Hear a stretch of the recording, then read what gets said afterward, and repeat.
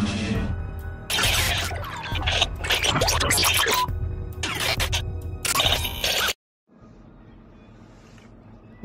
hello! Hello guys! Good morning! So, ano ba tong mga lumalabas na video na to? Na ayan na naman. Platform na naman tayo. Oh, may lumalabas na naman kasing bagong platform na nakatago ang mga leaders. Mga leaders ko no? Ay nako. Anyway, good morning sa inyo. Okay. Ano ba ang balita ngayon? Sinesendan nyo na naman ako ng mga video na to na hindi naman talaga ako apektado. But anyway, kwento ko lang sa inyo, no? Kasi, syempre, eto, sabi nga ng isang leader, marami na siyang nasalihang platform na ganito ang konsepto. Hindi ko alam kung ano bang platform yun ng manukan, baka sabungan, o babuyan, kung ano man yun, no?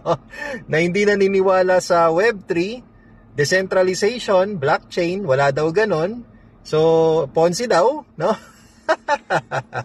Ay, nako. Iba talaga pag wala kang idea sa technology. So, ito po yung sinasabi ko sa inyo na knowledge is power. Okay? Yung hindi ka nakabase sa experience.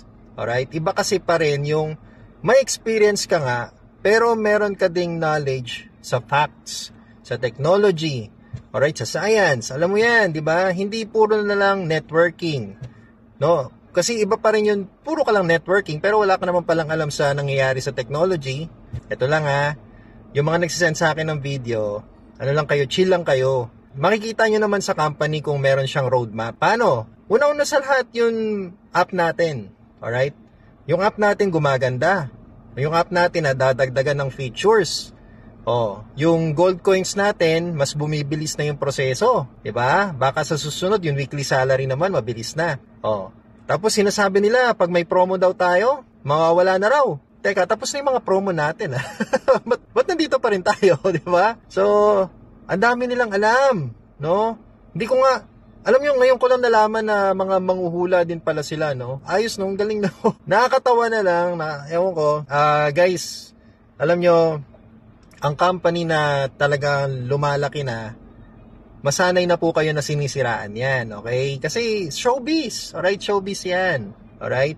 So, kayo ba? Saan ba kayo naniniwala? Sa company na pinapakita ka araw-araw? O sa company na, wala, pinapangakuan ka lang na kikita ka anytime soon, 2 to 3 years, 3 to 5 years, na pinatialam, di ba? Kung kikita ka ba talaga? Eto, si MetaMax, araw-araw, di ba? Araw-araw. Tapos umikot daw yung payout natin dahil sa mga pay-ins. I don't know, So ano tong mga clients natin? Saan galing yung pera nila? No? Ewan, basta natatawa na lang po talaga ako, guys. Kitang-kita naman.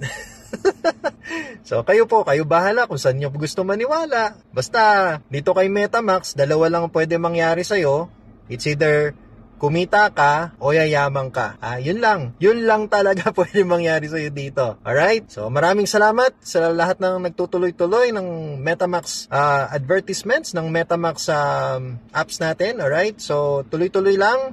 Kung meron man kayong additional dyan, sige lang, pasok lang kayo.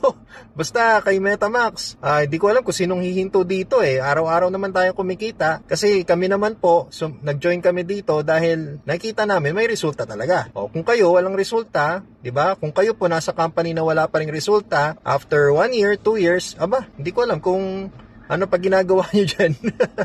Yun lang. Maraming salamat and congratulations everyone. Happy earnings po sa inyo lahat.